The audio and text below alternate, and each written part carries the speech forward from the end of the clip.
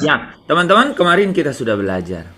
Malam hari ini kita mau belajar lagi. Saudara, seorang yang sedang berjalan pasti selalu belajar. Seorang anak kecil yang sedang bertumbuh pasti temanya belajar. Ya, belajar berjalan, berjalan. Jangankan anak kecil, saudara, ya. Seorang dewasa rohani, seorang dewasa, tentu juga dewasa rohani, itu selalu berkutat dengan belajar, gitu. Kehidupan itu adalah satu aktivitas untuk selalu belajar. Makanya Yesus berkata di dalam Matius 11 ayat 29, dia katakan belajarlah daripadaku. Ya, belajarlah daripadaku karena aku ini lemah lembut dan rendah hati, ya. Maka jiwamu akan mendapatkan ketenangan, ya katanya. Ya, saudara, kalau saudara di dalam keadaan yang um, lagi gelisah hatinya, begitu ya, lagi tidak menentu, ya, gitu ya, pikirannya, saudara ingat ya Matius 11 ayat 29. Yesus berkata, belajarlah daripadaku karena aku ini lemah lembut dan rendah hati, ya, maka jiwamu akan mendapat ketenangan, ya. Peacefulness, ya, ketenangan. Nah, malam hari ini, saudara, seperti kita sudah sampai pada uh, tadi malam ya, kita sudah belajar mengenai perspektif hidup dalam pandangan Allah. Jadi penting sekali kan? Karena kita sudah sepakat, ya, kita sudah sepakat bahwa aku diciptakan untuk kekekalan. Kau yang ciptakan aku, kau yang membuatku ada. Saat ku dalam dosa, selamatkan jiwaku. Lagu itu, ku hutang kehidupan, ku hutang kebaikan kepadamu, Bapa di surga. Ada satu orang dulu dong yang nyanyi lagu itu. Aku jadi masgul.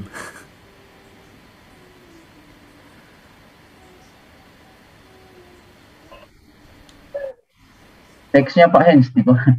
Engkau gairah hidupku, satu-satunya Satu-satunya ya Bapa, hanya Engkaulah. kehidupanku. Tak ada kebahagiaan selain teks. Na na na na na na na na membahagiakan hatimu Bapak. Dorcas, hafal nggak? Dari awal Dor. Kau yang Dari awal. ciptakan aku. Dari awal. Engkau gairah hidupku, Satu-satunya ya Bapa, hanya Engkaulah kehidupanku. Tak ada kebahagiaan apapun selain dirimu, hanya Engkaulah bahagiaku. Ku hidup hanya bagimu, untuk kesukaan Bapa dalam segala hal, segala perkara. Itu kebahagiaan yang benar dan sesungguhnya, membahagiakan hatimu Bapa. Kau yang Ciptakan aku, kau yang membuatku ada. Terima kasih ya Dorcas. Saat ku dalam dosa, selamatkan jiwaku. Ku hutang kehidupan, ku hutang kebaikan kepadamu, Bapa di surga. Wah, real banget itu. Saudara, ada yang merasa berhutang kepada Bapa di sini?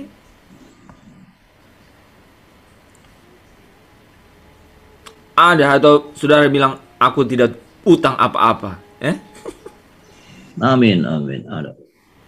Yang utang kepada Bapa, coba angkat tangannya. Seperti saya, hutang kepada Bapa. Masih utang saya. Utang, masih utang. Saya hutang kehidupan. Wah, Sama Tuhan, karena saya tidak setia sama Tuhan. Saya banyak melakukan kesalahan. oh Tuhan. Confess. Confession.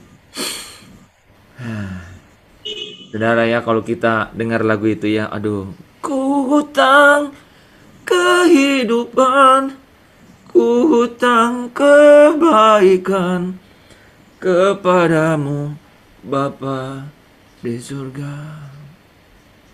Mestinya tak lagi ku ingini apapun juga, segenap hidupku telah kau miliki.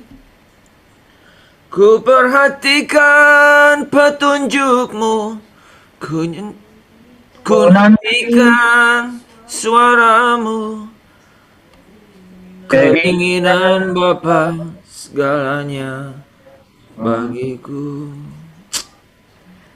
Keren sekali ya liriknya. Kalau kita bisa menyatu dengan liriknya, itu menjadi apa ya, relationship ya, hubungan dengan Tuhan yang menggetarkan tahta Allah loh saudara.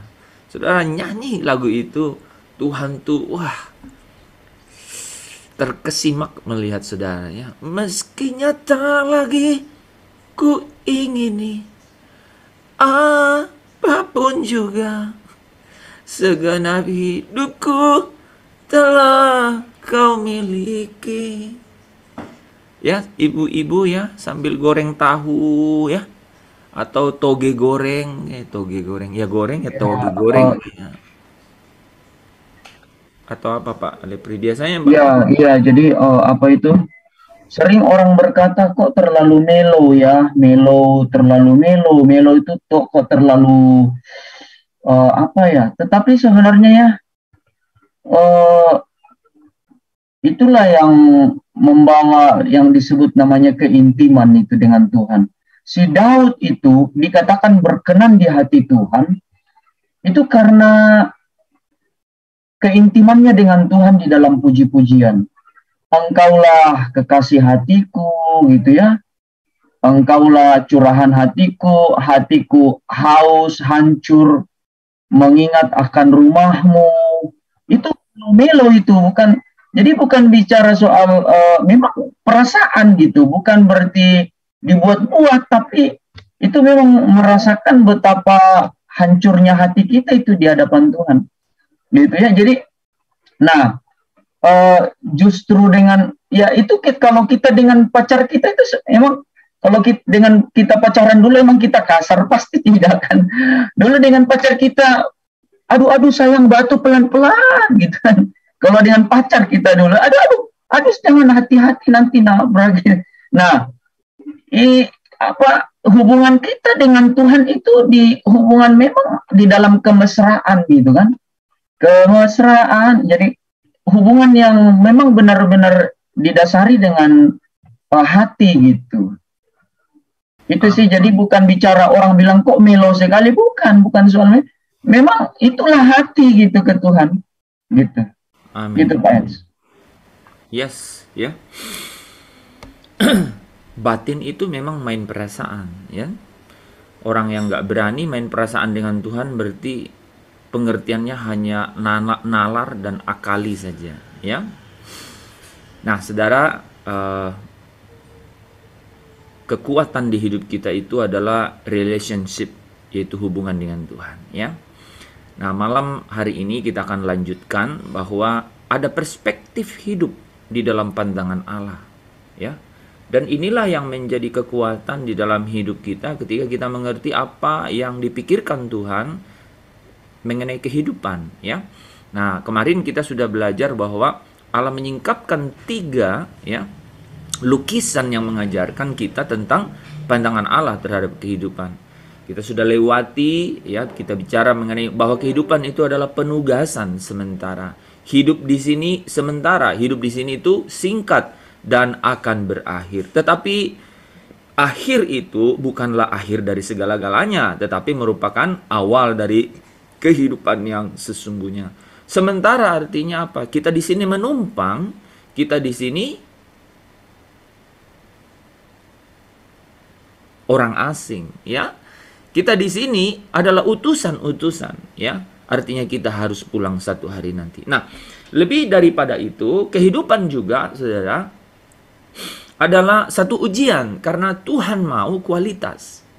Tuhan mau kualitas sehingga kehidupan ini adalah ujian. Di dalam ujian Tuhan mau dari ujian ini ada ketekunan yang timbul, dan ketika ketekunan itu menjadi matang, saudara, maka kita akan didapati menjadi sempurna dan utuh di dalam pandangannya, ya. Nah, malam hari ini bagian terakhir dari bagaimana perspektif Allah, ya, mengenai kehidupan itu menyatakan kepada kita bahwa rupanya Allah, ya, memberikan kita apa?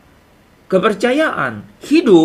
Kehidupan adalah satu kepercayaan. Nah, saudara yang dikasihi Tuhan, kehidupan di bumi adalah sebuah kepercayaan. Wow, kalau dipercaya orang, wah, menarik ya. Nah, saudara, mengawali mengenai bahwa kehidupan itu adalah kepercayaan, maka saya mau katakan bahwa Tuhanlah pemilik daripada kehidupan itu. Ya. Kalau kita katakan kehidupan itu adalah satu kepercayaan, artinya dipercayakan, maka ada seseorang yang mempercayakan, kan? Dan dia adalah pemilik kehidupan itu, ya. Tuhanlah pemilik kehidupan dan kita adalah pengawas. Saudara, waktu yang kita miliki di bumi, energi, kepintaran, kesempatan, hubungan, dan sumber daya kita, itu adalah gift. Itu adalah pemberian Tuhan yang dipercayakan kepada kita. Dan itu untuk saudara pelihara dan kelola. Ya, kita adalah pengawas dari apapun yang Tuhan berikan kepada kita itu. Dan Tuhan adalah pemilik dari segala sesuatu dan semua orang di bumi. Mazmur 24 ayat 1 berkata, ada yang bisa baca? Tuhanlah yang mempunyai bumi serta segala isinya dan dunia serta yang diam di dalamnya. Amin. So, Tuhanlah yang mempunyai bumi dan segala isinya dan dunia serta yang diam di dalamnya. Jadi tidak ada yang luput ya saudara ya. Segala sesuatunya Tuhanlah yang memilikinya.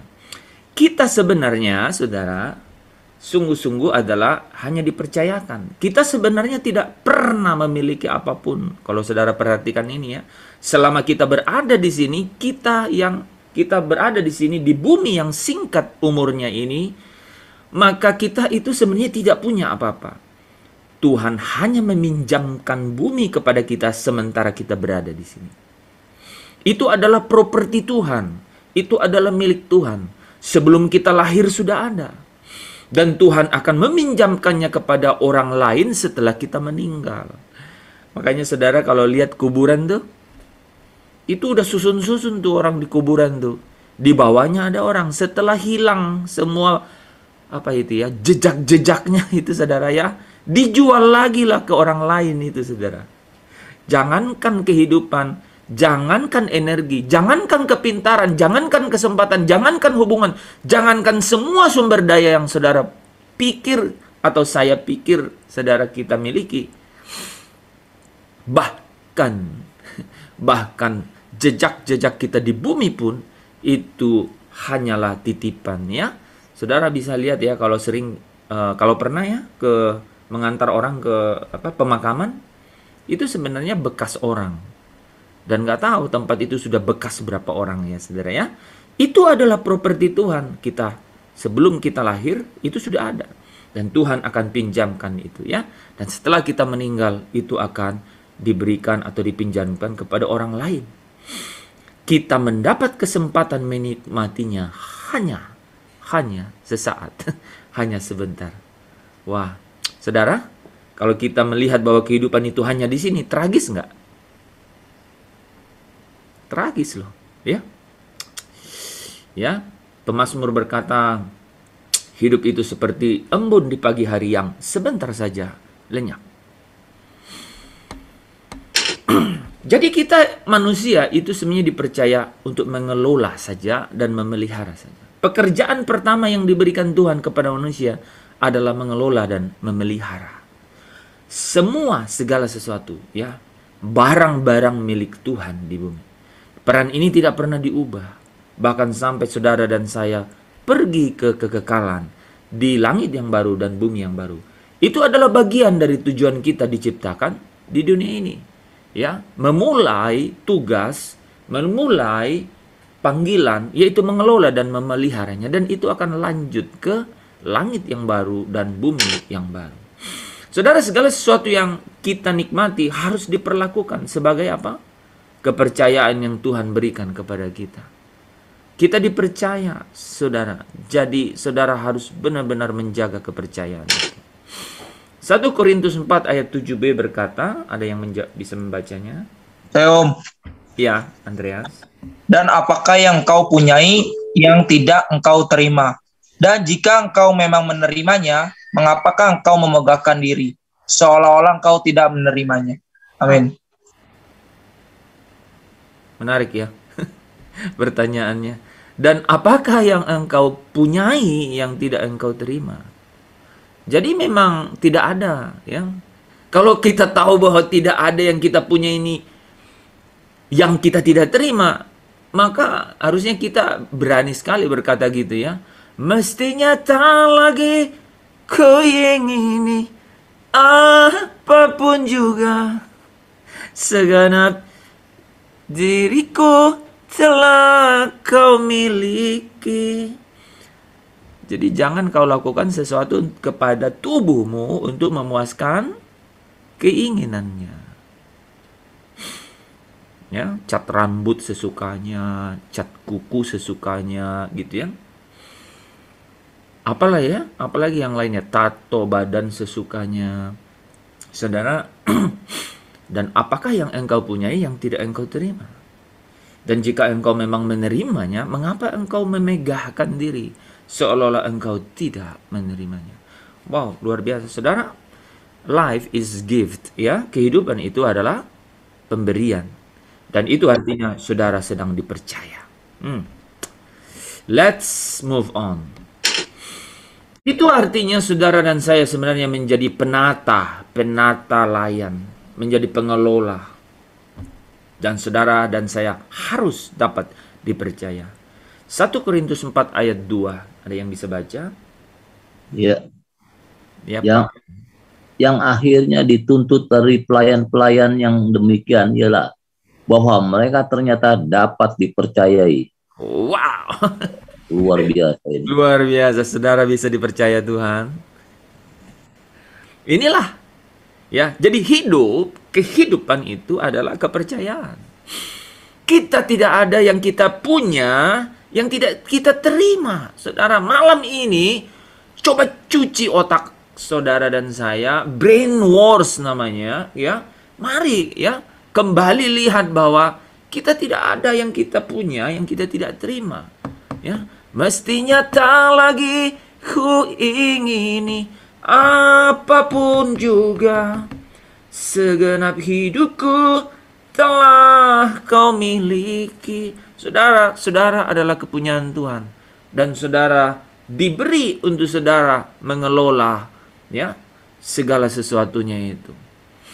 Dan hal yang paling hakiki yang Tuhan sedang harapkan adalah saudara dan saya ternyata dapat dipercayai. Yesus sering menunjukkan bahwa kehidupan adalah suatu kepercayaan. Dan ia memberikan banyak kisah untuk ilustrasikan tanggung jawab itu kepada, bagaimana kita mengekspresikan tanggung jawab itu kepada Tuhan. Ada cerita kan dalam Matius 25 ayat 21, saudara, ya. Dalam kisah tentang talenta, ya, di mana seorang pengusaha mempercayakan kekayaannya kepada hamba-hambanya ketika dia bepergian, ya. Ketika ia kembali, ia mengevaluasi, ya, menguji tanggung jawab setiap hambanya itu dan memberikan hadiah yang sesuai. Ya, satu bagian dari firman Tuhan Matius 25 ayat 21, Tuhan itu berkata demikian, baik sekali perbuatanmu itu, hai hambaku yang baik dan setia. Saudara, dipercaya itu artinya saudara baik dan setia. Dipercaya itu artinya saudara setia. Kalau saudara terima kepercayaan dari orang, saudara harus deklarasikan dalam dirimu bahwa saudara harus setia. Engkau telah setia dalam perkara kecil, aku akan memberikan kepadamu tanggung jawab dalam perkara yang besar. Saudara, perkara kecil harus setia, saudara, supaya Tuhan atau orang lain bisa percayakan kepada saudara perkara yang besar. Nah, di akhir cerita itu menarik sekali karena dia katakan, masuklah dan turutlah dalam kebahagiaan Tuhanmu. Wow. Satu hal yang pasti saudara dan saya tunggu-tunggu ketika Yesus berdiri di depan pintu surga dan berkata kepada saudara, Ibu Naomi, masuklah dan turutlah dalam kebahagiaanku. Wah. Tidak ada yang saudara ingini selain itu kan? Hanya kau milikku di surga. Tiada yang lain, tiada yang ku ingini di bumi, hanya kau. Tak ku andalkan kekuatanku, namun yang pasti kau tetap selamanya. Turun dikit dong. Ya, saudara, engkaulah yang kuingini di surga, ya. Saudara yang dikasihi Tuhan, kehidupan adalah kepercayaan dan itu berdampak di dalam kekekalan, saudara.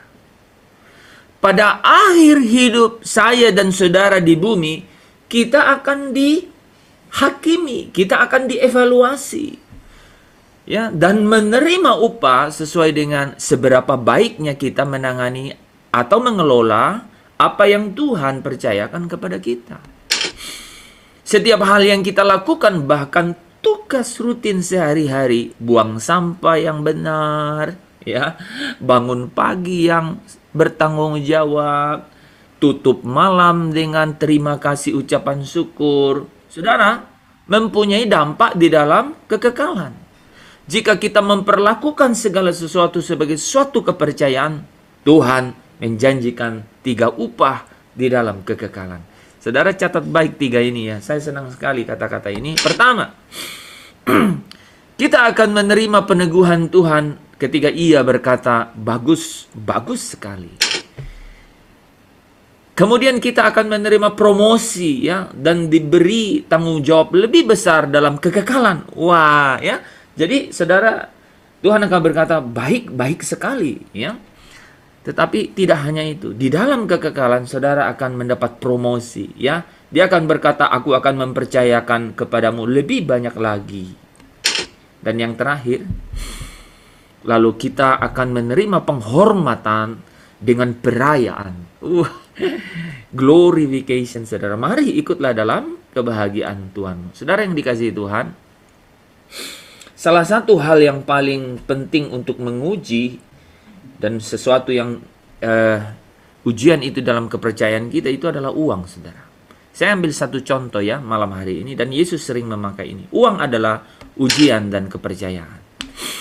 Kebanyakan orang gagal, saudara, menyadari bahwa uang adalah suatu ujian dan satu kepercayaan dari Tuhan.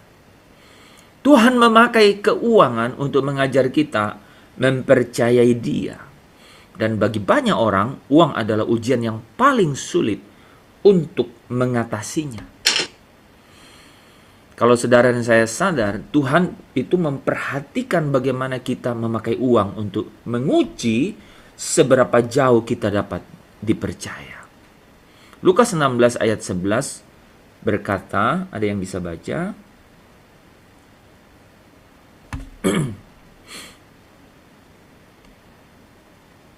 Lukas 16 ayat 11. Jadi, jikalau kamu tidak setia dalam hal mamon yang tidak jujur, siapakah yang akan mempercayakan kepadamu harta yang sesungguhnya? Jadi jikalau kamu tidak setia dalam hal mamon yang tidak jujur, siapakah yang akan mempercayakan kepadamu harta yang sesungguhnya? Ya, saudara, mamon yang tidak jujur itu adalah sesuatu yang pergi dari hidup kita pada saat apa? Pada saat tidak lagi membutuhkan kita. Ya. Mamon yang tidak jujur itu artinya bukan harta kita, bukan milik kita. Dan harta yang sesungguhnya itu adalah harta yang sebenarnya sesungguhnya adalah milik kita. Nah, Lukas 16 ayat 11 ini mau berkata, siapakah ya yang akan mempercayakan kepadamu hartamu sendiri kalau harta orang lain saja engkau tidak setia? Siapa yang akan mempercayakan kepadamu hartamu sendiri, gitu ya? Kalau harta yang bukan milikmu tidak engkau setia di dalamnya. Jadi jikalau kamu tidak setia dalam harta orang lain, dia mau katakan begitu, siapakah yang akan mempercayakan kepadamu hartamu sendiri? Ini menarik ya, saudara ya. Ketika kita katakan tadi bahwa segala sesuatu yang ada pada kita, apapun itu, semua sumber daya, saudara, itu adalah kepercayaan, itu adalah pemberian daripada Tuhan yang bukan punya kita. Itu artinya kita diajar untuk apa, saudara? Untuk dapat mengelolanya, untuk dapat bisa dipercayai kan di dalamnya. Kalau kita tidak dapat setia dalam hal itu, bagaimana mungkin kita dapat menerima harta kita yang sesungguhnya? Dan harta yang sesungguhnya di situ adalah, saudara, apa? Keselamatan dari apa? Dari roh dan jiwamu yang akan masuk ke dalam tempat perhentian yang sesungguhnya. Saudara, Tuhan berkata bahwa ada hubungan langsung loh antara bagaimana saya memakai uang dan kualitas kehidupan rohani saya. Saudara perhatikan itu ya. Bagaimana saudara dan saya memakai uang dengan kualitas kehidupan rohani saya dan saudara. Bagaimana saya mengelola uang, bagaimana saya mengelola uang saya, yaitu kekayaan dunia itu, menentukan seberapa banyak Tuhan mempercayakan kepada saya atau kepada saya ya harta-harta atau berkat-berkat rohani atau kekayaan-kekayaan surga. Ada hubungan yang langsung. Dalam Lukas 16 ayat 11 ini berkata begitu. Siapakah yang mau mempercayakan kepadamu hartamu sendiri kalau harta orang lain saja engkau tidak setia? Uang menjadi ujian. Uang menjadi sesuatu untuk menguji kepercayaan Tuhan kepada kita. Dipercaya mengelola perkara yang lebih besar. Saudara, kehidupan adalah suatu kepercayaan. Dan semakin banyak yang diberikan Tuhan kepada saya dan saudara, semakin besar artinya tanggung jawab yang diharapkan Tuhan dari kita. Ya, Lukas 12 ayat 48b berkata, ada yang bisa baca? Setiap orang yang kepadanya banyak diberi, daripadanya akan banyak dituntut. Dan kepada siapa yang banyak dipercayakan, daripadanya akan lebih banyak lagi dituntut. Saudara bisa lihat ya, gradasinya sangat jelas. Setiap orang yang kepadanya banyak diberi loh.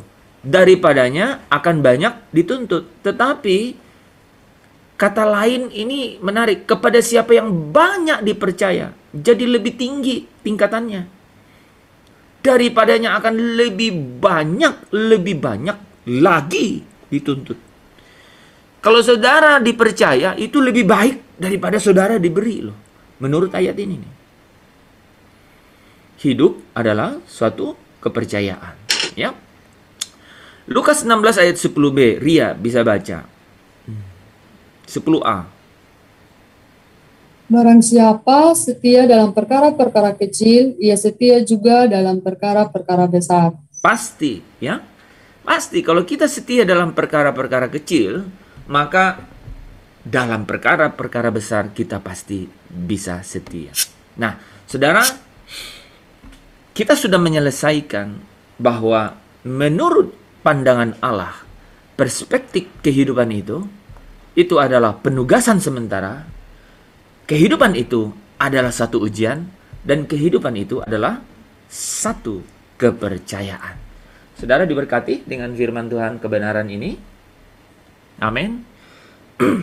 Amin. Amin. Saudara, kalau begitu mari kita lihat apa dong pengaruh atau impact-nya gitu ya, atau implikasinya dalam kehidupan kita. Bagaimanakah kehidupan yang digerakkan oleh perspektif Tuhan itu? Bagaimanakah kehidupan yang digerakkan oleh perspektif Tuhan itu? Setelah kita mengetahui bahwa hidup ini itu adalah sementara, bahwa hidup ini itu adalah ujian, bahwa hidup ini itu adalah satu kepercayaan.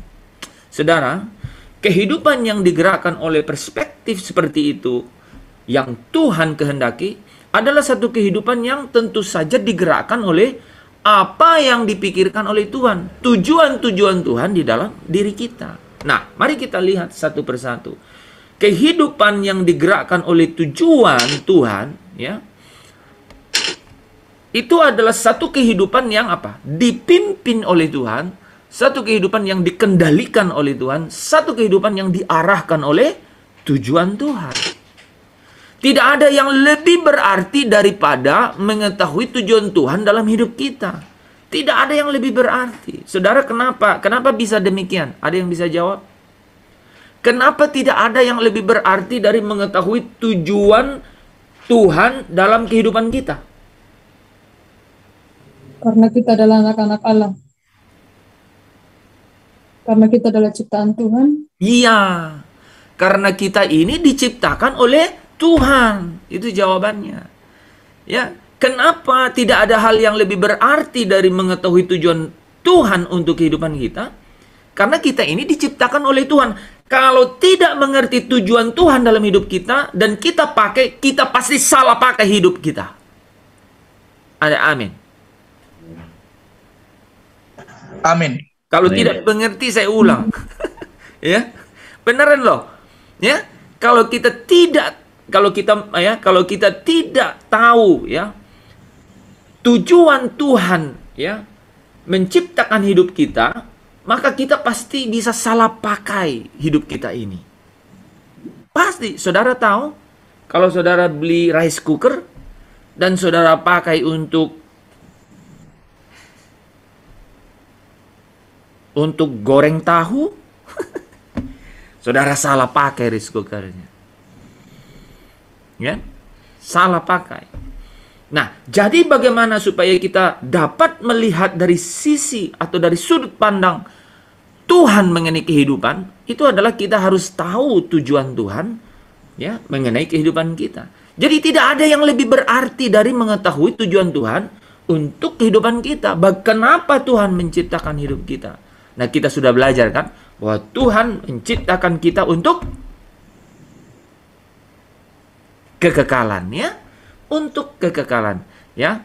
Dan saudara, saya mau menekankan hal itu dengan menyambung dengan kalimat ini. Dan tidak ada yang dapat menggantikannya ya, tidak ada yang dapat menggantikan semua itu, saudara. Tidak ada yang dapat menggantikannya. Tidak dapat digantikan dengan keberhasilan saudara dalam hidup ini. Tidak dapat digantikan dengan kekayaan saudara dalam hidup ini. Tidak dapat digantikan dengan kepopuleran saudara dalam hidup ini. Tidak dapat digantikan oleh kesenangan saudara dalam hidup ini. Saudara bisa berhasil, saudara bisa kaya, saudara bisa populer, saudara bisa senang. Tapi kalau saudara tidak menemukan tujuan Tuhan untuk kehidupan saudara, tidak mengetahui tujuan Tuhan, kenapa Dia menciptakan saudara, saudara going nowhere. Saudara tidak mengerti hidup ini tidak punya arti. Bahkan saudara sekalipun sukses, sekalipun kaya, sekalipun populer, sekalipun menikmati semua kesenangan, tapi saudara bisa lihat akhirnya. Saudara kosong. Saudara dan saya tidak punya makna. Saudara saudara kering, saudara tidak punya fulfillness atau apa namanya itu, kepenuhan. Saudara nggak punya, saudara tidak mendapatkan kepuasan, ya. Saudara tidak mendapatkan satisfaction dalam hidup. Saudara pasti dengar banyak cerita mengenai itu, kan? Ya, banyak orang-orang yang populer berakhir dengan bunuh diri, ya. Banyak orang-orang yang populer berakhir dengan kecanduan obat, ya kan? Banyak orang yang kaya berakhir dengan bunuh diri. Banyak orang yang seolah-olah keliling dunia senang-senang, tapi tidak pernah menemukan yang namanya maksud Tuhan menciptakan hidupnya. Sebelum dia menemukan maksud Tuhan menciptakan hidupnya, dia tidak akan pernah menemukan arti kehidupan dia yang sesungguhnya. Nah, saudara, maka tanpa tujuan, hidup akan menjadi suatu gerakan tanpa arti. Tanpa tujuan, hidup akan menjadi satu gerakan tanpa arti. Kegiatan tanpa arah. Dan peristiwa yang tanpa alasan. Jadi mengalir begitu saja. Ketemu dengan lobang, ya jatuh, terjebak, terjerembab. Gitu. Ya kan? Hidup tidak punya alasan. Ya. Tanpa tujuan, hidup menjadi tidak berarti. Dangkal dan tidak terarah. Tidak punya makna dan harga tinggi. Saudara yang dikasihi Tuhan, tanpa Tuhan, ini menarik ya, saudara perhatikan, tanpa Tuhan hidup tidak punya tujuan. Hanya di dalam Tuhanlah saudara mengerti dan menemukan tujuan hidup. Tanpa Tuhan hidup tidak punya tujuan. Dan tanpa tujuan hidup tidak punya arti. Tanpa tujuan hidup tidak punya arti, tidak punya makna. Tanpa arti kehidupan tidak menjadi penting atau tidak punya harapan. Saudara, di dalam Alkitab banyak orang yang mengekspresikan keputusasaannya mengenai hal ini. Yesaya pernah mengeluh dan berkata, "Aku telah bekerja tanpa tujuan. Aku telah memakai kekuatanku dengan sia-sia dan tidak untuk apa-apa." Bahkan Ayub pernah berkata, "Hari-hari berlalu dengan cepat dan berakhir tanpa harapan. Dan aku menyerah, aku bosan hidup. Tinggalkan aku sendiri, hidupku tidak berarti." Saudara, tragedi paling besar bukanlah kematian atau kehidupan saudara berakhir, tetapi hidup yang dijalani, yang ditempuh selama masih ada di bumi ini, tetapi tanpa tujuan. Kenapa? Karena tanpa tujuan, ya, hidup tidak punya arti. Dan saudara menemukan hidup yang punya tujuan hanya kalau saudara menemukannya di dalam Tuhan. Karena apa? Karena saudara diciptakan oleh Tuhan. Tidak mungkin pergi mencari tujuan, satu alat, satu tools begitu ya, tanpa mengetahui dari Sang Penciptanya. Atau paling tidak membaca buku manualnya, ya. Nah, saudara, ada beberapa hal yang paling penting yang kita harus tahu mengenai kalau kita hidup menurut tujuan Allah, ya, di dalam hidup kita memiliki perspektif itu, maka kita dapat menyederhanakan hidup kita. Ya, kalau saudara tahu bahwa hidup saudara dan saya ini diciptakan untuk kekekalan, saudara akan bilang begini nih. Hidup yang digerakkan oleh tujuan Tuhan akan menyederhanakan kehidupan saudara. Saudara akan berkata kita dapat menetapkan apa yang perlu dan tidak perlu. Saudara bisa mengeliminasi hal-hal yang tidak perlu dalam hidup saudara. Kita dapat mengevaluasi kegiatan mana yang penting, mana yang tidak penting. Gitu, ya. Kegiatan mana yang penting dan mana yang tidak penting. Mana WA group yang kita harus aktif, mana WA group yang kita harus tinggalkan. Karena kita tahu tujuan hidup kita, maka kita bisa simplify our life. Kita bisa menyederhanakan hidup kita. Jangan Jangan buat hidup hanya sibuk, tapi nggak tahu kemana arahnya. Tanpa tujuan yang jelas, kita tidak mempunyai fondasi, saudara, untuk mendasarkan keputusan kita, untuk mengalokasikan waktu, bahkan semua sumber daya yang ada pada kita, bagaimana kita memakainya. Kita nggak punya dasar, kita nggak punya fondasi, ya. Go apa katanya go by the wind, ya, by the wine gitu, ya, go by the wind, ya. Ikutin kemana angin bertiup gitu. Saudara, kita akan cenderung membuat pilihan berdasarkan apa? Situasional, saudara, ya. Ya. Kalau ada tekanan, ya, tergantung perasaan kita, kita sangat reaktif. Sangar. Wah, bahaya nih kalau nggak diganti. Soalnya ada artinya. Sangat reaktif.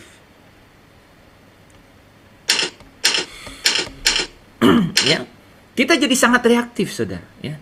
Kalau kita tidak punya tujuan yang jelas, maka kita tidak punya fondasi, ya. Kita reaktif di dalam merespon, ya, pilihan-pilihan. Kita disuruh memilih, ya, misalnya gini. Kamu suka ini atau ini? Tergantung nih, kita udah ditekan dengan pertanyaan, kita jawab saja karena kita reaktif gitu. Karena apa? Kita nggak punya fondasi. Kita bisa saja melakukan terlalu banyak hal. Dan itu menyebabkan kita menjadi apa? Stres, keletihan, bahkan terjadi konflik dalam kehidupan kita. Saudara yang dikasihi Tuhan, kita hanya mempunyai waktu cukup untuk melakukan apa yang Tuhan kehendaki. Saya ulang, ya. Kita itu sebenarnya hanya punya waktu cukup untuk melakukan apa yang Tuhan kehendaki. Kata-kata yang berikut ini menarik. Jika kita tidak dapat menyelesaikannya, itu berarti kita mencoba melakukan lebih banyak dari yang Tuhan maksudkan. Saudara pernah mengalami ini? Ya. Jika kita tidak dapat menyelesaikannya, itu berarti kita mencoba melakukan lebih banyak dari yang Tuhan maksudkan. Saudara, kehidupan yang digerakkan oleh tujuan Tuhan, pertama membawa kita kepada suatu gaya hidup yang lebih sederhana. Ya. Gaya hidup yang lebih sederhana, ya, dan jadwal waktu yang lebih masuk akal, ya. Dalam Amsal 13 ayat 7 berkata begini, siapa yang bisa baca? Amsal 13 ayat. Boleh, Minarti? 11 ayat 7. Ada orang yang berlagak kaya tetapi tidak mempunyai apa-apa. Ada pula yang berpura-pura miskin tetapi hartanya banyak. Nah, itu dalam terjemahan baru, ya. Ini dalam terjemahan The Message, saudara, ya. Lebih tajam. Kehidupan yang suka pamer dan penuh kepura-puraan adalah kehidupan yang kosong. Saudara bisa lihat, ya. Rasa nggak itu? Kehidupan yang suka pamer dan penuh kepura-puraan itu adalah kehidupan yang kosong. Di luar kelihatannya di make up, saudara, tapi dalamnya benar-benar beda. Palsu gitu kan? Kosong kan? Kering tuh. Kehidupan yang sederhana adalah kehidupan yang penuh. Kehidupan yang apa adanya itu adalah kehidupan yang dipuaskan, ya, saudara, ya. Tetapi saudara, kehidupan yang sederhana itu apa? Memberikan damai sejahtera, ya. Yesaya 26 ayat 3 berkata, yang hatinya teguh kau jagai dengan damai sejahtera, sebab kepadamulah ia percaya. Nah, saudara, selain kehidupan dengan tujuan itu membuat kehidupan kita menjadi sederhana, ya, kita dapat menyederhanakan hidup, kita dapat mengatur apa yang perlu, apa yang tidak perlu, kita dapat mengeliminasi apa yang tidak penting, apa yang penting, gitu, ya. Selain itu adalah dia akan memberikan fokus pada kehidupan kita. Kita akan bisa fokus. Kehidupan yang digerakkan tujuan Tuhan akan memberikan fokus pada kehidupan kita. Kita bisa memusatkan upaya, usaha, energi pada hal-hal yang penting. Kita menjadi efektif dan bersifat selektif. Saya ulangi, ya. Kita bersifat efektif dan bersifat selektif. Efektif itu artinya kita dapat mencapai sesuatu, ya, sesuai dengan target. Dan kita bisa ya dengan cara apa? Dengan cara bersifat selektif. Kalau kita mau melakukan segala sesuatu, maka akhirnya tidak ada yang beres. Ya kan? Kita harus melakukannya dengan selektif. Saudara, tanpa tujuan yang jelas, kita akan terus berubah arah. Kemana orang datang mengajak kita, kita ke sana. Saya jadi ingat kata-kata, kalau aku sih oke aja. Gitu. Waduh, saudara ya. Nggak punya dasar, saudara. Wah, itu rapuh, saudara ya. Saudara harus punya fondasi, ya saudara ya. Kita akan terus berubah arah kalau kita nggak punya tujuan yang jelas. Ya. Tanpa tujuan yang jelas, kita akan terus berubah arah. Kita pekerjaan berubah-ubah, gitu ya. Ini juga ya, gerejanya berubah-berubah. Ya, jadi namanya wisata rohani gitu. Kalau minggu ini ke gereja ini, minggu ini ke gereja sana. Dia nggak ada yang dipuaskan. Wah, gue di sini nggak puas, nggak cocok. Sana nggak cocok. Di sini nggak cocok lagunya. Sana nggak cocok orangnya. Yang sana nggak cocok pendetanya. Yang sana nggak cocok bangkunya. Yang sana nggak cocok suhu AC-nya. Nggak punya fondasi. Tanpa tujuan yang jelas. Saudara, kalau saudara datang ke gereja bukan saudara datang untuk menerima. Ingat kata-kata saya. Saudara datang untuk memberi, ya. Saudara kalau datang ke gereja, datang ke ibadah, datang ke Zoom ini hanya untuk pikir bahwa datang menerima, saudara salah alamat dan tidak punya fondasi yang benar. Saudara datang untuk memberi. Memberi kepada siapa? Memberi kepada Tuhan, Sang Pemilik kehidupan itu, yang saudara sudah dipercayakan hidup itu, ya. Dengan berharap bahwa setiap perubahan akan menyelesaikan kebingungan dan Nah, Efesus 5 ayat 17 berkata begini. Siapa yang bisa baca? Sebab itu janganlah kamu bodoh, tetapi usahakanlah supaya kamu mengerti kehendak Tuhan. Amin. Ya. So, itu janganlah kamu bodoh. Ini kata-kata Alkitab kalau udah pakai kata begini itu tajam ya, saudara ya. Janganlah kamu janganlah kamu bodoh gitu ya. Tetapi usahakanlah supaya kamu mengerti kehendak Tuhan ya. Fokus ya. Jadi mengerti tujuan Tuhan itu membawa kita kepada fokus ya. Jika kita ingin kehidupan kita memberi dampak, fokuslah. Saudara mau kehidupan saudara memberi dampak? Fokus.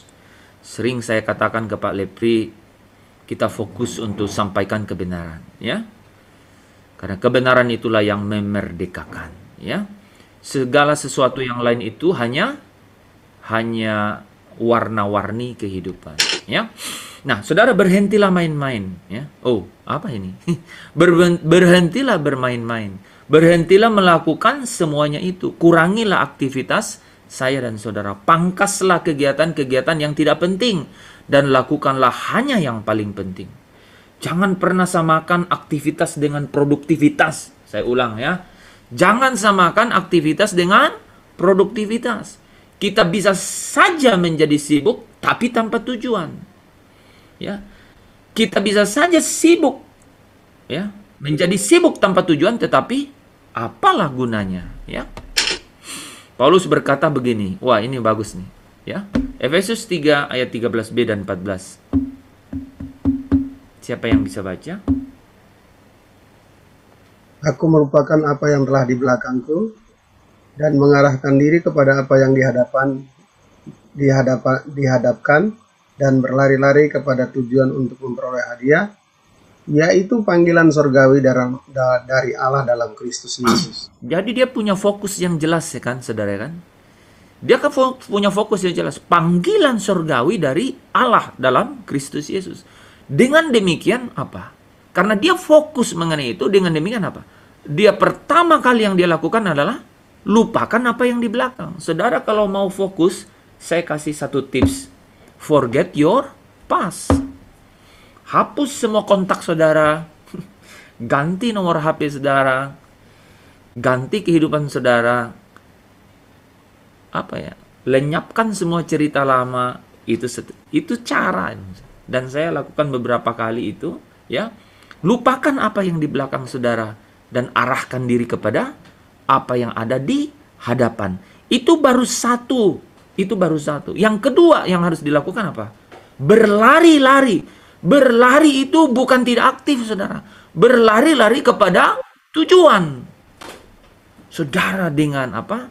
Dengan satu agresivitas, ya. Berlari pada tujuan itu, ya. Dengan mengetahui tujuan di dalam kehidupan kita, yaitu bagaimana perspektif Allah di dalam kehidupan kita, maka kita akan memberikan fokus dalam hidup kita. Nah, saudara, dari semua yang saya sudah jelaskan ini malam terakhir kan? Itu tidak berarti bahwa kita tidak bertemu lagi. Maksud saya, ini malam terakhir dari materi yang saya bawakan dalam 2 minggu ini. Dimulai dengan kita diciptakan untuk kekekalan, sekarang dan mengantar saudara di dalam pengertian bahwa ada perspektif Tuhan di dalam mengenai kehidupan itu, di mana kehidupan ini adalah penugasan sementara, kehidupan ini adalah ujian, kehidupan ini adalah kepercayaan, dan dengan perspektif itu saudara dibawa dengan satu implikasi hidup, yaitu hidup saudara menjadi dapat lebih sederhana, hidup saudara dan saya bisa menjadi lebih fokus, ya, dan mengetahui semuanya itu, saudara, itu akan menyiapkan saya dan saudara menghadapi kekekalan. Menyiapkan kita menghadapi kekekalan. Banyak orang yang menghabiskan waktu dalam hidup mereka untuk menciptakan warisan kekal di bumi. Mereka ingin dikenang ketika mereka pergi. Waduh, tragis ya. Tetapi yang paling penting untuk saudara dan saya, bukanlah apa yang dikatakan orang lain tentang kehidupan kita, melainkan apa yang Tuhan katakan. Bangunlah memori Tuhan mengenai diri saya dan saudara. Karena saudara diciptakan untuk kembali kepada Dia. Penggunaan waktu yang lebih bijaksana akan membangun suatu warisan yang kekal. Ya, sedangkan hidup untuk menciptakan warisan duniawi adalah tujuan yang dangkal, saudara. Ini yang gagal dimengerti orang. Apa itu? Bahwa semua pencapaian akhirnya lewat. Catatan menjadi catatan diari-diari kehidupan itu rusak, hancur. Bahkan reputasi pun memudar. Orang ada masanya, masa ada orangnya. Dan puji-pujian, saudara, dilupakan. Semuanya sementara. Jadi bukan apa yang dikatakan orang mengenai dirimu yang penting, tetapi apa? Apa yang Tuhan kenang mengenai dirimu itu yang paling penting. Dengan mengetahui semua ini, saudara dipersiapkan dari dalam kekekalan. Jadi warisan yang sesungguhnya adalah warisan saudara di dalam kekekalan. Keberadaan kita di bumi bukanlah untuk dikenang. Ingat itu, saudara ya. Kita ada di sini untuk mempersiapkan diri menghadapi kekekalan. Saya mau bilang, masa bodoh apa yang orang bilang tentang saudara dan saya. Asalkan saudara benar-benar fokus dan benar-benar mempersiapkan diri apa yang Tuhan kira-kira kenang mengenai diri saya dan saudara. Pada suatu hari kita akan berdiri di hadapan Tuhan dan Ia akan memeriksa kita. Ujian akhir sebelum memasuki kekekalan. Dalam 2 Korintus 5 ayat 10 dan Roma 14 ayat 10b dan 12. Mari kita baca ayat-ayat ini. Saudara, ada yang baca 2 Korintus 5 ayat 10? 2 Korintus 5 ayat 10. Sebab kita semua harus menghadap tahta pengadilan Kristus, supaya setiap orang memperoleh apa yang patut diterimanya sesuai dengan yang dilakukannya dalam hidup ini, baik ataupun jahat. Akhirnya begitu, saudara. Akhirnya begitu. Jadi fokuskanlah dirimu pada kekekalan. Roma 14 ayat 10b dan 12, ada yang bisa baca? Sebab kita semua harus menghadap tahta panggilan Allah, Demikianlah setiap orang di antara kita akan memberi pertanggungjawab tentang dirinya sendiri kepada Allah. Nah, saudara kalau dengar ayat-ayat ini ya, awalnya pasti seram gitu. Satu hari nanti, waduh. Tapi ketika saudara mengerti bahwa saya menjalani hidup ini sesuai dengan tujuan penciptaku ya, untuk diriku gitu ya, dan melakukannya dengan bagaimana perspektif Tuhan mengenai kehidupan itu sesungguhnya, yaitu bahwa ini adalah sementara, bahwa ini adalah ujian, bahwa ini adalah kepercayaan, saudara pasti dengan yakin berdiri, saudara, untuk mengatakan, aku siap untuk pulang. Amin. Makanya saudara, dengan semua materi ini, saya mau katakan, perkarakan dirimu, kemana engkau pulang. Perkarakan diri saudara, kemana saudara akan pulang. Mungkinkah ke padang gersang tak bertepi, di sana tidak ada mentari dan tidak ada lagi bintang. Atau ke hamparan padang hijau tak bertepi, di mana Tuhanlah mataharinya, dan di sanalah negeri indah Bapamu di surga.